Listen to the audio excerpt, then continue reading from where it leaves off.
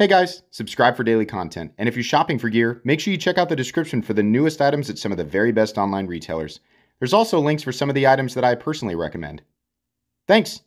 What's going on YouTube? Metal Complex here, and today I've got a short little knife review / knife overview to share with you guys. This is the Bestech Bihai, or Bihai, sorry if I mispronounced that. This is an O-step Hell design in 14C28N, absolutely a budget knife. A little hawkbill liner lock. This is absolutely available, and I will link it right down below so you guys can check it out. It does help my channel when you use my links, but that is entirely up to you. Thanks so much to Bestech for providing this knife for review. Thanks to my patrons for supporting me, and please make sure to follow me on Instagram at metal_complex. This actually comes in a wide variety of different colors, so if orange is not your thing, which I'm not the biggest fan of orange, if it's not your thing, they have a whole bunch of colors, so feel free to check those out. Overall length of this knife is coming in at about 5¼ inches. Not a big knife.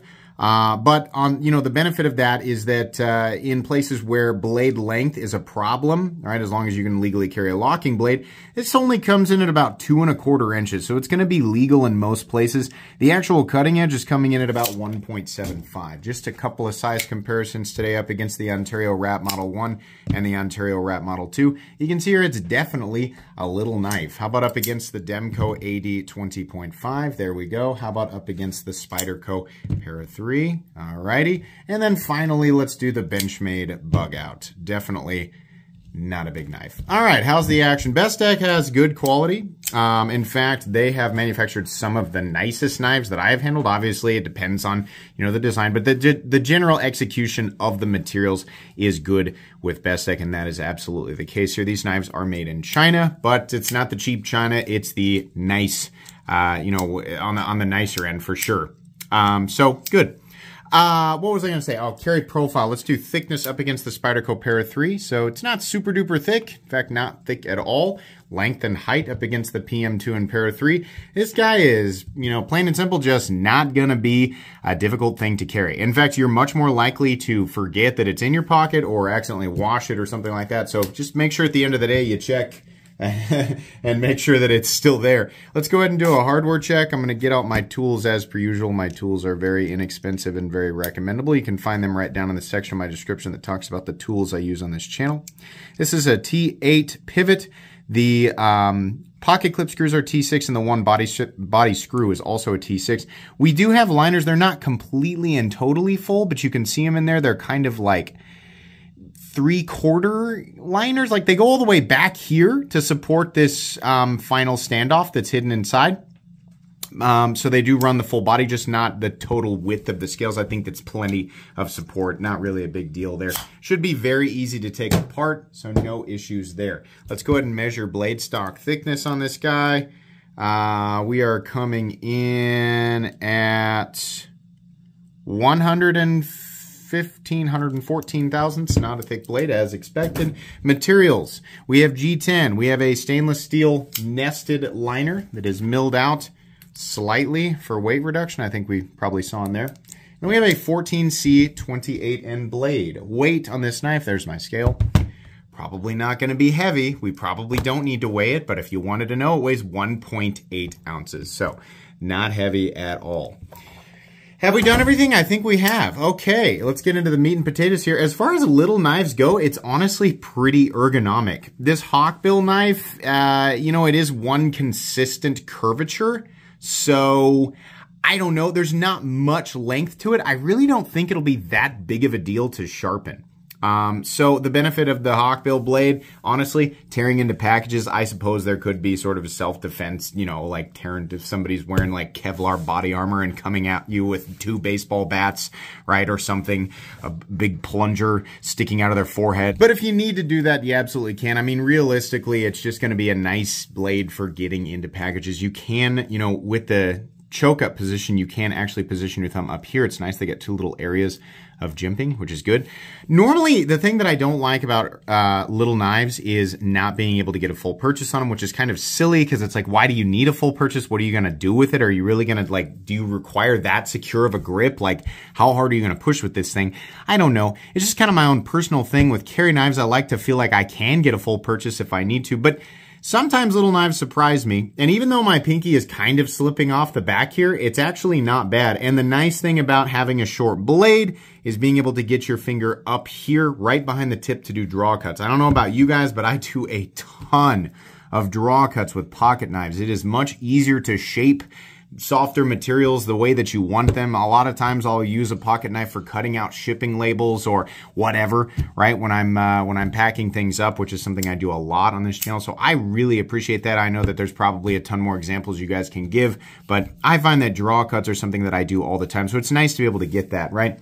The styling of the blade is also pretty cool. I mean, it looks like a little hawk talon or raptor talon, right? And everything kind of flows together. It looks good. O-Step Hell designs tend to be kind of designy, and you know, you can't always identify them. They all look kind of unique and cool, right? But it's never surprising on a knife like this to see O-Step Hell, right? I've found that I've very much enjoyed a lot of his work. The liner is actually pretty accessible.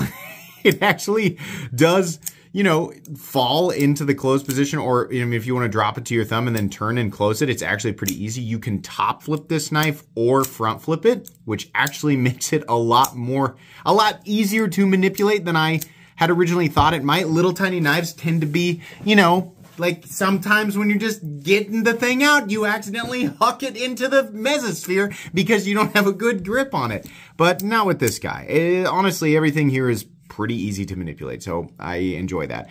Can you access the little hole thing? Kind of. Reverse flicking, I think if you really dig at it, kind of is probably a better way to give yourself stitches. I would just use the top flipper or front flipper, right? The blade in this case, I don't know if they're all like this, but this one is has a little bit of a two-tone. It's almost like a gray. It doesn't look black, but maybe it is. It's almost like a gray two-tone, and then the rest of it is satin finished. Swedge looks good. The bevel or the angle down to the cutting edge looks good. As far as like thinness behind the edge, it's fairly thick. It'll slice, it'll cut. Just don't expect it to be an absolute laser beam, right? I mean, I think this is more of like a, oh, it's convenient right here at my desk kind of knife, or in the tray in my vehicle, or in the junk drawer or whatever, right? But if you wanted to EDC it, it will work just fine. I mean, truthfully, this size of blade will get most people through their day 99.9% of the time, right? We carry larger knives, most of us, because we want to. Some people require a larger knife, right? But day to day, I'd be lying if I said that I needed much more than this, right? So it will work, absolutely. The detent, I think, is tuned just perfectly for this. It's honestly a little more snappy than I would have expected it to be. It's kind of interesting how easily the blade flies into the open position. There's not really, I mean, really what's locking you in on this knife is just the ergonomic lines here. I mean, this has an enormous, might be the biggest forward choil I've ever seen on such a tiny knife, and it works. I mean, I'm not in fear of running my index finger up on the edge or anything like that. It's honestly, it's really comfortable. Even with the pocket clip having a little bit of a bill, they made it small enough. This was smart. A lot of companies would just be like, let's just slap one of the clips that we use on our other knives. Let's just slap it on this one, and it runs the full length of the body, which is just stupid. They used a little teeny tiny clip with a short bill, and it's really, I can't say that it bothers me. It's not bad at all. One screw here, we have a little bit of a backspacer, and they've put a little fuller in there. That's nice. No place for a lanyard thing, and also no mounting position for left-handed carry. Once again, we have another knife where it would have been really easy to just mill the side for lefties, but they were like, nope, left-handed people don't exist. So come on now, I'm gonna keep saying this. I've been saying this for a while. I don't know why. So many knives in 2023 are coming out without left-hand position milled spots for the pocket clip, but here's another example, right? Anyways, the pocket clip is pretty good. We have about a medium depth carry clip considering the total length of the knife. That's fine. It is milled into the G10 or nested into the G10. There's a bit of a rise off the bill, and the bill is not sharp or anything like that. It is steel, but there's not really much to grab onto anything here, so not much worry about it bending out. In and out of the pocket is a breeze. The retention on the clip is actually very tight. You might, I mean, maybe if you get this and it's super tight, you might bend it back a little bit. I don't know. Be careful with that. It's steel. We have a stop pin that's actually located internally, which is nice. You get an additional point of contact versus a traditional stop pin position, where it's just the tang contacting a single pin, so I kind of like that. Action, I mean, it's smooth, it's consistent, right? It's not going to be a drop shutty knife or anything like that. There's just not enough weight in the blade. Lockout, completely and totally solid. No lock stick. Lockup percentage is coming in something like maybe 65, 70%, which is fine. It's a pretty thin lock bar and thin blade stock, and it's a little knife, right? No blade play up, down, left, or right. It does run on bearings. I don't know that it was necessary, right? It probably could have run exactly the same way on washers. Maybe after a while it'll smooth up a little bit, but there's nothing wrong with it the way that it is. You can see I can get it to drop if I move the lock bar completely out of the way and get that detent ball off of the face of the blade. No pivot lash, and very consistent in here. Like I said, nice clicky detent, and I think the centering might be slightly off from me playing with it. I'm wondering if I can mush it left and right. Will it go? It is maybe a hair off center. I don't know if I really want to complain about that after flicking it a whole bunch of times. Probably a little turn of the pivot will, center it right up, right? And as far as detent lash goes, non-existent. That's pretty typical Bestech. This is one of those knives where it's just kind of straightforward, right? I mean, even my video, the length that it is was way overkill. This is a $63 knife, which is, it's 14C28N, and they did go out of their way to give us a backspacer, not just standoffs. They did, the countersunk liner, not a lipped liner, right? A little bit of styling here. It is a small object for some, for some people it's difficult to get around a certain size of price tag when you're talking about a certain size of object, which, the size of the object does not dictate the price, right? There are knives that are teeny tiny and will cost 10 times more than gigantic knives like the Open L13, and it has absolutely nothing to do with the size of the object, right? But some people just can't get around that, right? And that's fine. Maybe small knives are just not for you. $63 isn't terrible. I still feel like, maybe it could have come in a little bit less, but geez, I mean, how much can I complain here? If you're looking for a small knife, especially if you have to deal with, like legal issues in your area, for some reason you have like really, really restrictive laws, as long as you can carry a locking knife, this might do it for you. If you're just looking for a cool, kind of stylish little package opener, this will do it, right? This sort of hawkbill style blade will absolutely dig in and tear into packages with relative ease. In fact, more than relative ease. It'll slice into everything, right? So yeah, I mean, generally speaking, I think it's recommendable. I don't think that I'm going to say that this is the knife that everybody should be going out and grabbing, right? There's a lot of competition. It really depends on what you're looking for. This is, I think, is specifically for people looking for a smaller knife. So I'm going to put it in my cheap knives I like playlist. But that's about it, right? I'm not going to say it's for everybody. If you like how this knife looks, then you'll probably like it if you go ahead and pick it up. That's going to be pretty much it from me today.